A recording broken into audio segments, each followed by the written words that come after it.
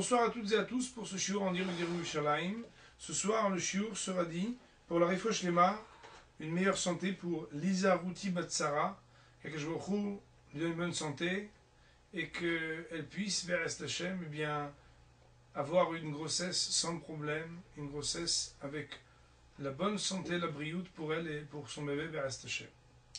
Alors, le titre du shiur de ce soir, il est Esther, la présence divine et l'exil d'Israël. Alors, Bémet que la raison pour laquelle nous avons choisi ce nom, c'est tout simplement qu'il y a des caractéristiques très propres à la Megillat Esther. Megillah, cela veut dire le rouleau. Esther, c'est le prénom de la reine qui, nièce ou femme de Mordechai, sera prise par Assuérus, Achashverosh le roi, comme celle qui sera celle de son choix, parmi toutes les femmes du royaume, des 127 contrées sur lesquelles il régnait. Et Megillat Esther, cela pourrait être le rouleau qui raconte l'histoire d'Esther. Elle est le personnage héroïque de cette histoire, avec Mordechai. Tous deux ont sauvé le peuple juif, mais peut-être ce soir de réfléchir sur la particularité de ce rouleau, de ce livre de la Torah. Vous savez qu'il est écrit sur du parchemin, que nous avons l'obligation de le lire le soir de Purim et le lendemain matin, et nous allons réfléchir ensemble sur la particularité du rouleau d'Esther. Comme vous le savez certainement, la Megillat Esther, c'est un livre qui ne comporte pas le nom de Dieu, ou plus exactement, pas explicitement. Le Gaon de Vilna y voit pourtant une allusion. Il dit que lorsque l'on parle de Melech, un roi, il s'agit du roi des rois, Akadosh Baruch Hu, Dieu. Et uniquement lorsqu'on dit Melech Achashverosh, le roi Assuérus, alors nous parlons d'un roi de chair et de sang, qui est la personne d'Assuérus. Aussi, de manière allusive, le Gaon de Vilna voit donc la présence de Dieu lorsqu'on parle de Melech dans la Megillat Esther. Mais il n'en reste pas moins que, on va dire, à la première lecture la plus explicite du texte, il n'est pas mentionné aucunement ni le tétragramme, ni les autres noms de Dieu. Et Bémet que, pas seulement au niveau du nom de Dieu, mais l'énumération de tous ces événements qui ont eu lieu au cours et tout au long de la Megillat Esther n'ont rien de particulier.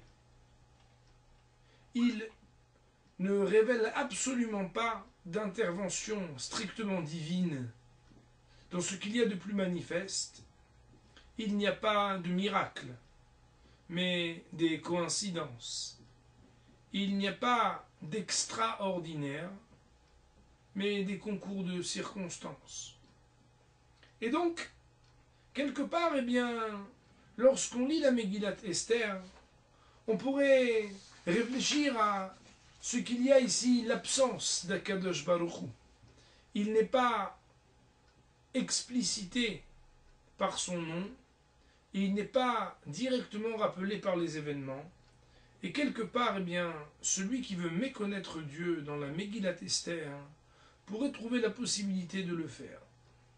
Alors, qu'est-ce qu'on veut nous enseigner ici? Qu'est-ce qu'on veut apprendre? Qu'y a-t-il de particulier à ce livre qui, en quelques chapitres, nous raconte des retournements de situation, le fameux Vénafor, ou des retournements par-ci, des retournements par-là, et une histoire qui paraît absolument naturelle. C'est, pour ainsi dire, peut-être le hasard qui veut ces choses. Enfin, bien entendu, on va rajouter une petite touche rabbinique à ces expressions. La Gemara le Talmud nous demande, dans le traité de Holin, Esther minatora minaïn. D'où est-ce qu'on a une allusion à la personne d'Esther dans la Torah? Et la réponse du Talmud, Ve'anochi Aster astir et panaï mehem. Moi, nous dit Dieu, je voilerai ma face du peuple juif lorsqu'ils viendront à fauter, Bayomaou, en ce jour-là. Et c'est très surprenant, c'est très énigmatique. La Torah, eh bien, ne demande pas pour tous les personnages, pour toutes les personnalités du peuple juif, d'où est-ce qu'on a une allusion dans le texte propre de la Torah, du Pentateuque, ou bien des Nevi'im ou Ktuvim, des prophéties, des livres. Pourquoi à propos d'Esther plus que des autres? Et ne faut-il pas voir dans la réponse de la Gemara quelque chose qui vient être la caractéristique fondamentale de ce qu'est la personnalité d'Esther et de ce qui a été propre à cette époque de la Megillat Esther. Nous allons ensemble réfléchir à ce sujet.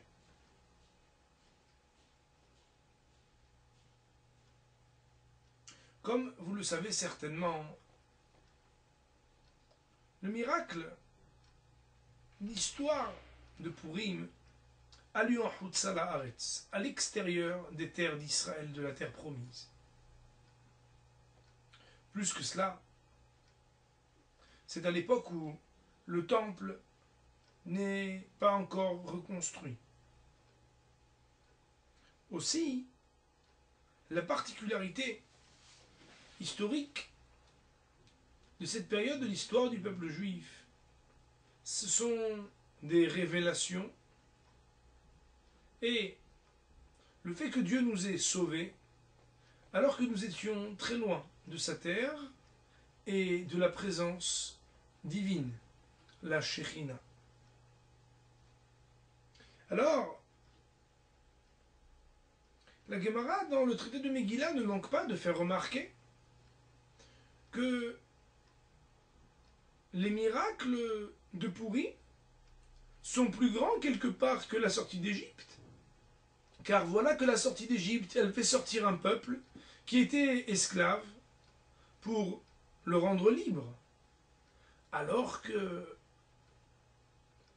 lorsque les bénis Israël vont être épargnés grâce à Esther et Mordechai à l'époque d'Assuérus, de ce que Haman, Aracha, le mauvais, l'impie, avait décidé et décrété contre eux, c'est sortir de la mort et de l'anéantissement pour gagner la vie.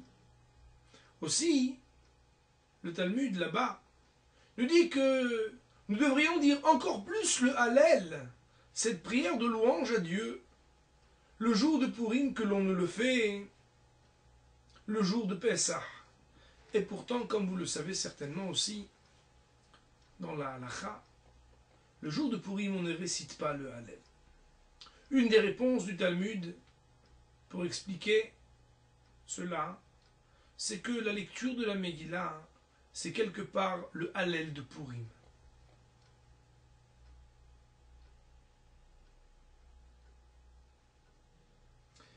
La Gemara donc, quand elle demande d'où est-ce qu'on a une allusion à Esther dans la Torah, c'est pour nous dire, mais comment est-ce possible qu'un miracle aussi exceptionnel que celui de Purim, malgré l'éloignement du peuple juif géographiquement, mais aussi spirituellement de la Shekhinah, à une époque où il n'y avait pas de temple, pour les faire sortir d'un décret d'anéantissement plus grave encore que la sortie d'Égypte, comment n'y a-t-il pas une allusion à cela dans la Torah? Et c'est la raison de cette question et sa réponse. Vanochi aster astir panaï. Voiler sa face. Dieu va voiler sa face Et lorsqu'il va voiler sa face, eh bien, il va le faire avec le verbe qui se prononce comme un homonyme et avec une racine, eh bien, qui, dans son sens, est tout à fait proche du nom de cette reine, la reine Esther. Voiler sa face, ça se dit Esther. Akadosh Baruch Hu, eh bien, nous dit qu'il va voiler sa face, mais il voilera sa face et qui c'est qui sera présent pour malgré tout révéler quelque chose et relever la tête du peuple juif? Ce sera justement Esther. Esther, la présence divine, l'exil d'Israël, eh bien, c'est ce personnage qui va révéler que même lorsque le peuple juif est en exil, même lorsque la face de Dieu est cachée, il y a quelque chose qui aide et qui suit le peuple juif. Vous avez certainement entendu parler d'un concept qui s'appelle Shechinta Begaluta. Shechinta Begaluta, c'est ce sujet, c'est ce concept exceptionnel qui fait que même lorsque le peuple juif est en exil, eh bien, il n'est pas loin de Dieu. À l'époque de Yaakov Avinu, lorsque Dieu lui dit de descendre en Égypte, là où il retrouvera ses enfants et en particulier son fils Joseph, il est marqué dans la Torah que Yaakov a été inquiet. Et là, Dieu lui dit Al tira merda mitzrayma. N'aie donc crainte de descendre en Égypte. Et la fin du verset de lui dire A'alcha gam'alo, je t'en ferai ressortir. La promesse d'Akadosh Baruch Hu, c'est que même dans l'exil, il réside parmi nous. Comme on le sait, lorsque le peuple juif faute, eh bien, le temple est détruit. Le peuple est exilé. Pour autant, il ne s'agit pas d'une punition, car on le sait bien. Le mal, lorsqu'il vient de Dieu, il n'est pas un mal. Il est là pour un bien. Il est là pour une réparation, pour une amélioration, pour un travail vers la perfection de soi. Akadosh Baruch Hu nous dit j'accompagne le peuple juif dans la douleur et il est une promesse de ne jamais abandonner le peuple juif, quelle que soit sa condition, quelle que soit sa situation. Bien entendu, la manifestation de la présence divine n'a pas le même éclat, n'a pas la même force lorsque le peuple juif est sur sa terre, lorsqu'en plus il a le Beth Amikdash, ou bien lorsqu'il est éloigné géographiquement ou spirituellement de Dieu. Aussi, eh bien, Esther, à la période d'Esther, Akadosh Baruch Hu, malgré sa présence, son omniprésence, et le fait que la Shekhinah, la présence divine la plus pure, accompagne le peuple juif partout où il se trouve, bien, elle sera dissimulée, elle sera secrète et cachée. Je voudrais vous citer une parabole extraordinaire du Gaon de Vilna, au début du commentaire du livre d'Esther. Il nous dit que le livre d'Esther, il rappelle un roi qui aimait très fort son fils. D'ailleurs, tellement fort que beaucoup de ministres jalousaient cet amour et cette proximité entre le père et le prince héritier. Un jour, le fils, le prince, a fauté et le roi a dû le chasser. Il l'a chassé dans le bois et ce fils se retrouve tout seul, avec tous les dangers du bois, de la forêt. Seulement, vous imaginez bien, malgré le fait que cet enfant a été chassé du palais, l'amour du père pour son fils est resté exactement le même. Aussi, le roi avait désigné des gardiens qui devaient s'occuper de surveiller qu'il n'arrive rien au fils, au prince. Alors, la parabole nous raconte qu'une fois, eh bien, un ours est venu pour tuer, pour frapper le prince, mais que, comme par hasard, un des serviteurs de son père, le roi, était là au bon moment pour le sauver. Il est épargné et il met cela sur le compte du hasard. Seulement, eh bien, peu de temps après, il est menacé par un ministre qui était très jaloux de l'attachement du roi pour son fils. Il vient pour le tuer, et là encore, une autre fois, un serviteur de son père qui vient pour le sauver. C'est à ce moment que, nous dit le Gaon de Vilna, ce prince a bien compris que même s'il est mis à l'écart du palais pour se retrouver dans la forêt, son père, le roi, ne l'a pas abandonné. Il a certainement chargé d'autres personnes que lui pour s'occuper de garder son propre fils. Mais il est quelque part, malgré tout, ce père qu'il avait aimé et qu'il aime encore avec le même cœur, avec les mêmes sentiments, il s'est chargé de le faire surveiller, de le faire garder, pour ne pas qu'il lui arrive quoi que ce soit. Nous dit le Gaon de Vilna, il en est exactement de même pour le peuple juif. Nous, lorsque nous sommes dans la galoute, dans l'exil, c'est que quelque part nous avons fauté. Il y a des choses que nous avons à nous reprocher, à réparer, à perfectionner. Et dans cette obscurité, il est très difficile de s'en tirer. Le peuple juif, dans toute son histoire, a vécu des épisodes terribles. Où, Bechol dor vador, omdim alenu lechalotenu, à chaque génération, des nations se lèvent pour nous anéantir, pour nous tuer, pour nous faire s'assimiler.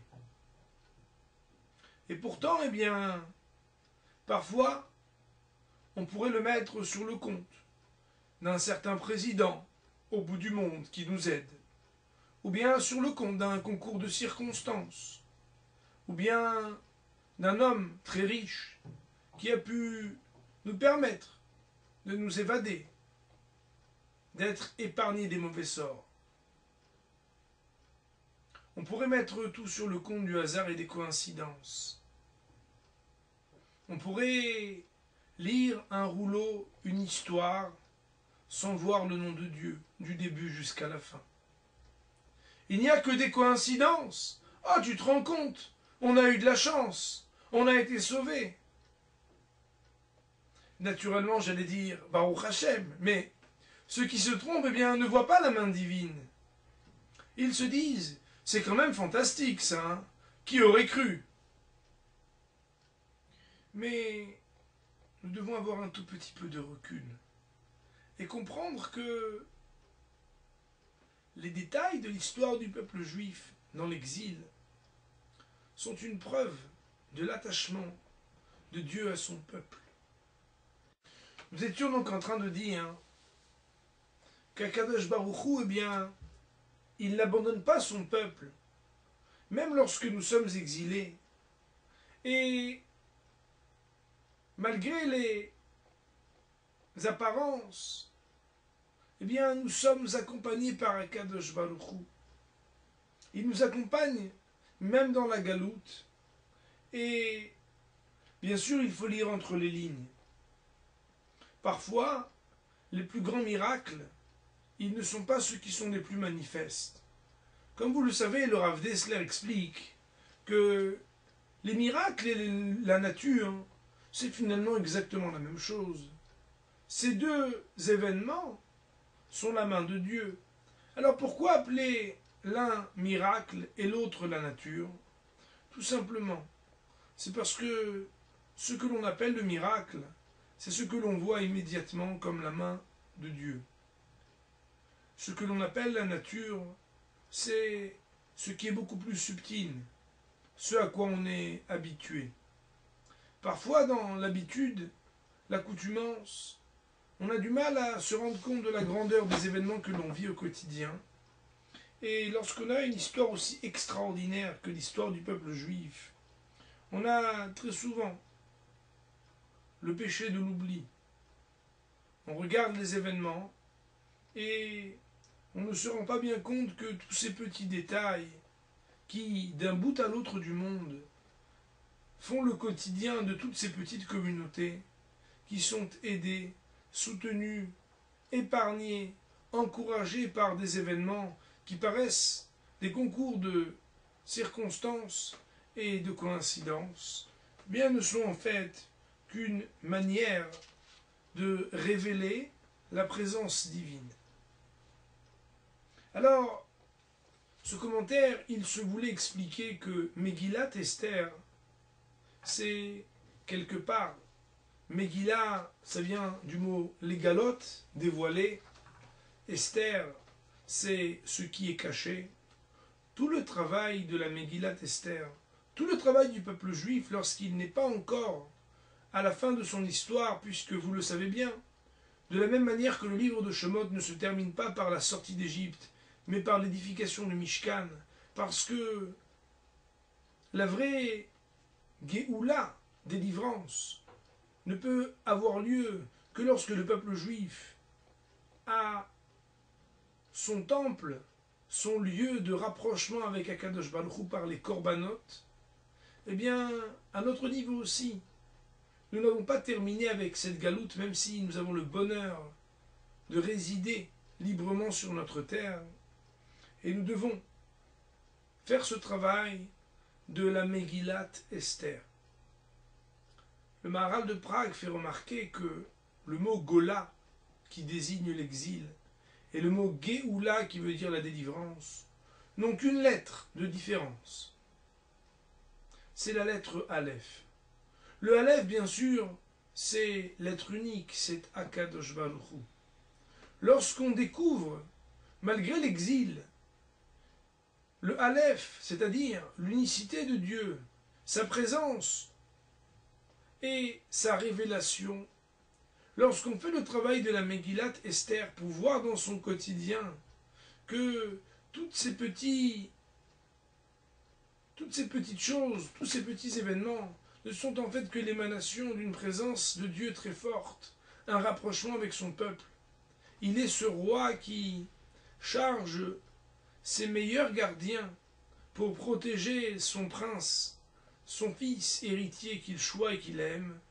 Eh bien, lorsque l'on transforme cette Gola en Géoula, c'est le temps propice, en ce mois d'Adar qui arrive très bientôt, et qui nous prépare aux joies de Pourim, de réfléchir sur notre sort, de réfléchir sur cette histoire du peuple juif qui est menacé aujourd'hui plus que jamais par de mauvaises nations qui veulent nous anéantir et qui nous promettent, eh bien, la perdition.